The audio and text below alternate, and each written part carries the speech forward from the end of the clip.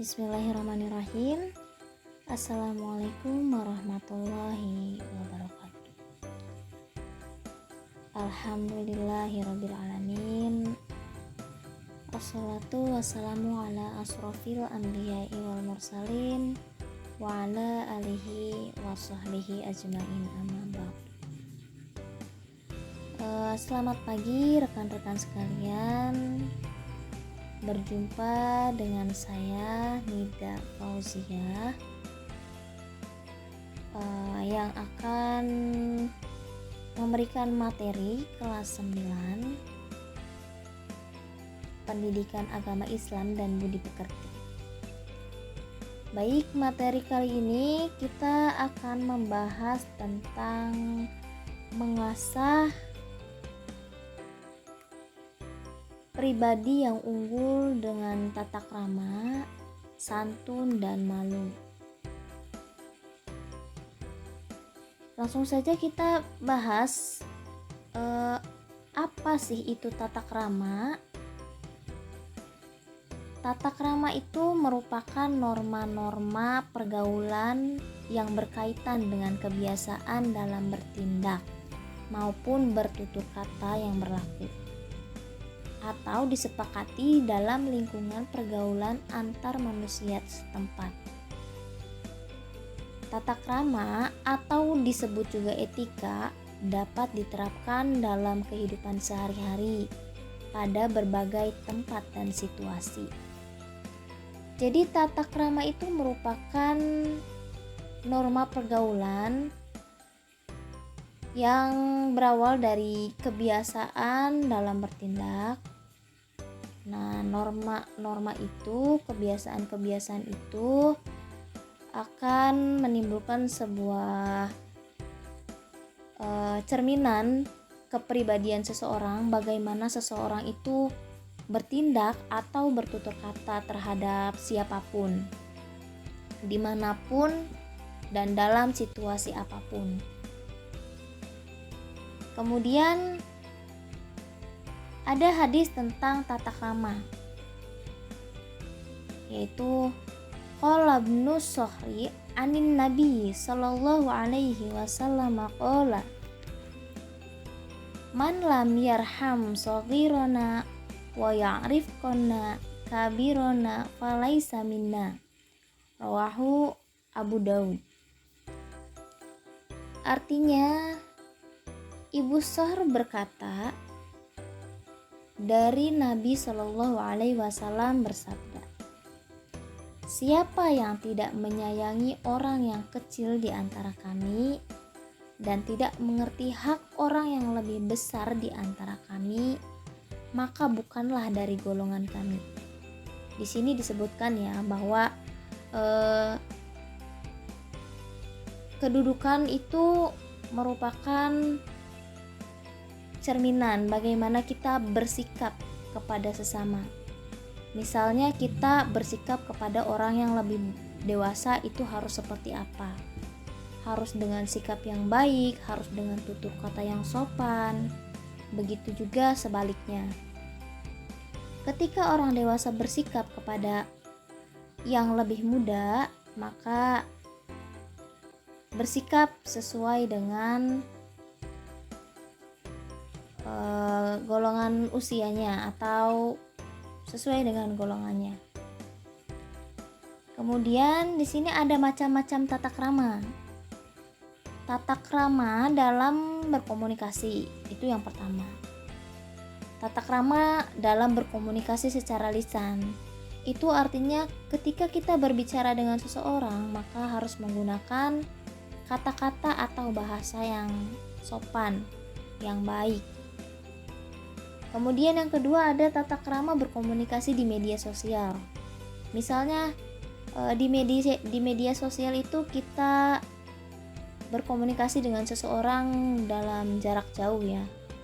Maka kita harus berkomunikasi dengan bahasa yang tidak menyinggung, bahasa yang baik, bahasa yang tidak kasar dan sebagainya.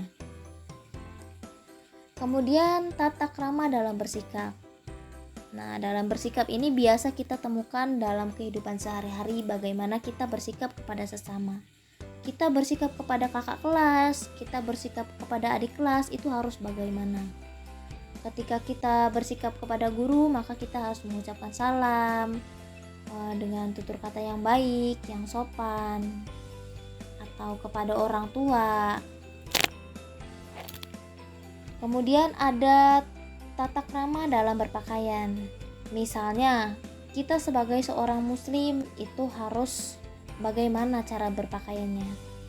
Seorang muslimah, maka dia harus berpakaian yang rapi, tidak menggunakan celana, apalagi celana jeans. Alangkah baiknya seorang perempuan muslimah itu berpakaian menggunakan rok atau baju gamis. Jadi berpakaian yang menutup aurat, tidak menggambarkan bahwa seorang wanita itu adalah laki-laki atau bahkan sebaliknya. Kemudian untuk laki-laki juga dianjurkan untuk berpakaian yang sopan, rapi, tidak membuka aurat, jadi tahu batasan-batasan di mana aurat seorang perempuan dan laki-laki. Aurat seorang perempuan itu adalah seluruh tubuh kecuali muka dan telapak tangan. Jadi sisanya itu harus tertutup dengan pakaiannya. Kalau laki-laki itu auratnya itu adalah dari pusar sampai ke lutut. Tapi lebih rapi lagi kalau memang mengenakan pakaian yang sopan, menggunakan baju kemeja atau yang tertutup lainnya. Kemudian di sini ada tata krama dalam hal berpakaian. Yang pertama itu niat berpakaian karena Allah. Jadi kita berpakaian itu karena Allah, bukan karena ingin dipandang manusia, bukan karena ingin dipandang siapapun, tapi karena Allah. Kemudian berpakaian memenuhi syarat. Dalam artian memenuhi syarat ini, pakaian yang memang sesuai dengan kodratnya seseorang. Jika seseorang itu adalah wanita, maka berpakaian sesuai dengan kodrat seorang wanita itu seperti apa dan laki-laki itu seperti apa, menutup aurat. Yang ketiga itu adalah model pakaian yang sesuai jenis kelamin. Jadi tidak mungkin seorang perempuan itu menggunakan pakaian layaknya laki-laki atau bahkan sebaliknya. Kemudian yang keempat itu mendahulukan anggota tubuh yang kanan. Mendahulukan anggota tubuh bagian kanan sambil berdoa.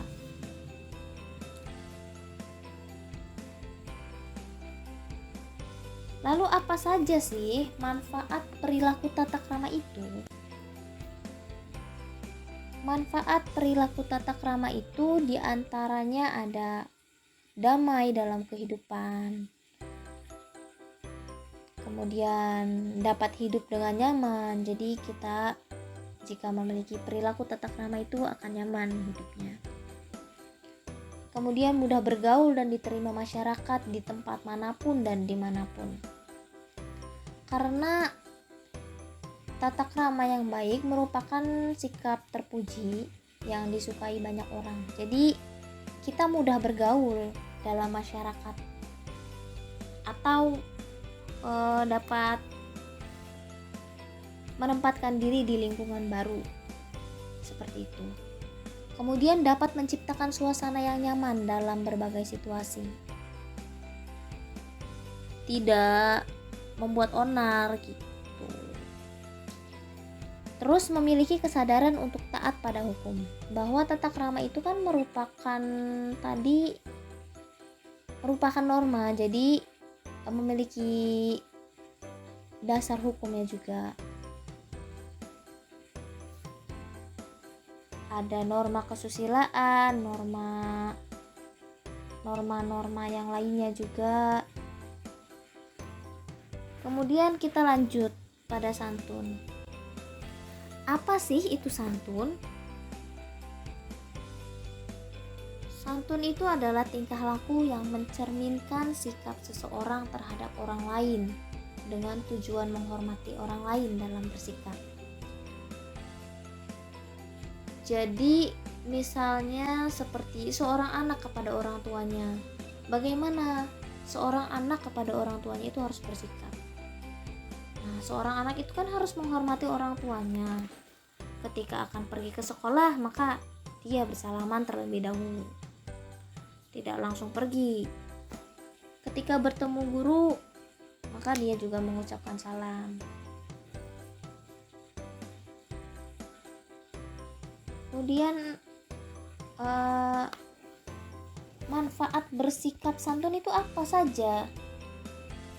Manfaat bersikap santun itu adalah mudah diterima orang lain karena kita bisa menempatkan diri dengan perilaku yang baik, yang sopan dan santun. Kemudian manfaat bersikap santun juga akan menunjang kesuksesan seseorang. Selain itu, manfaatnya adalah dicintai Allah Subhanahu wa taala dan Rasul-Nya. Karena bersikap santun itu merupakan perilaku terpuji. Kemudian ada malu. Apa sih itu malu?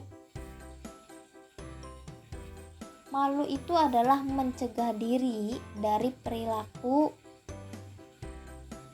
atau segala sesuatu yang tercela. Maksudnya malu itu mencegah diri dari melakukan segala sesuatu yang tercela seperti maksiat dan kejahatan lainnya. Rasa malu itu merupakan bagian dari keimanan, karena rasa malu dapat mendorong seseorang untuk melakukan kebaikan dan mencegahnya dari kemaksiatan.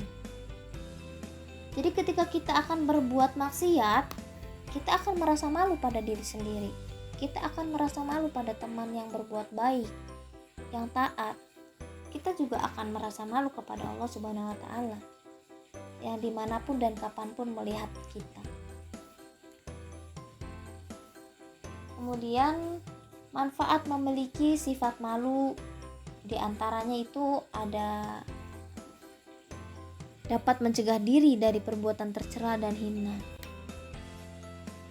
Ketika seseorang berbuat buruk, maka kita akan mencegah diri dari perbuatan yang buruk tersebut.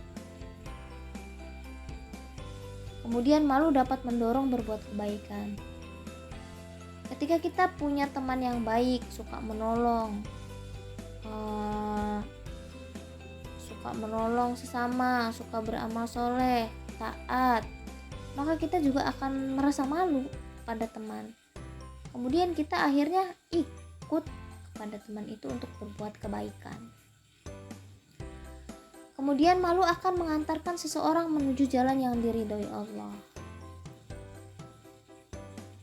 Baik, mungkin sampai sini pembahasan kita sudah cukup lumayan.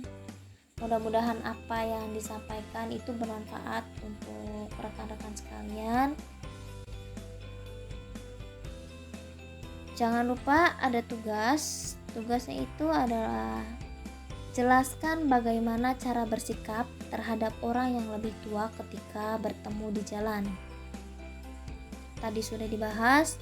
Mudah-mudahan rekan-rekan semua bisa menjawabnya dengan baik dan benar. Kemudian tugas itu dijawab di kertas lembar dan difoto. Setelah itu kirimkan ke nomor WhatsApp yang tertera. Baiklah, cukup sekian materi yang bisa saya sampaikan. Kurang dan lebihnya mohon maaf. Mudah-mudahan bermanfaat untuk kita semua. Saya tutup. Wabillahi taufiq wal hidayah. Wassalamualaikum warahmatullahi wabarakatuh. Terima kasih.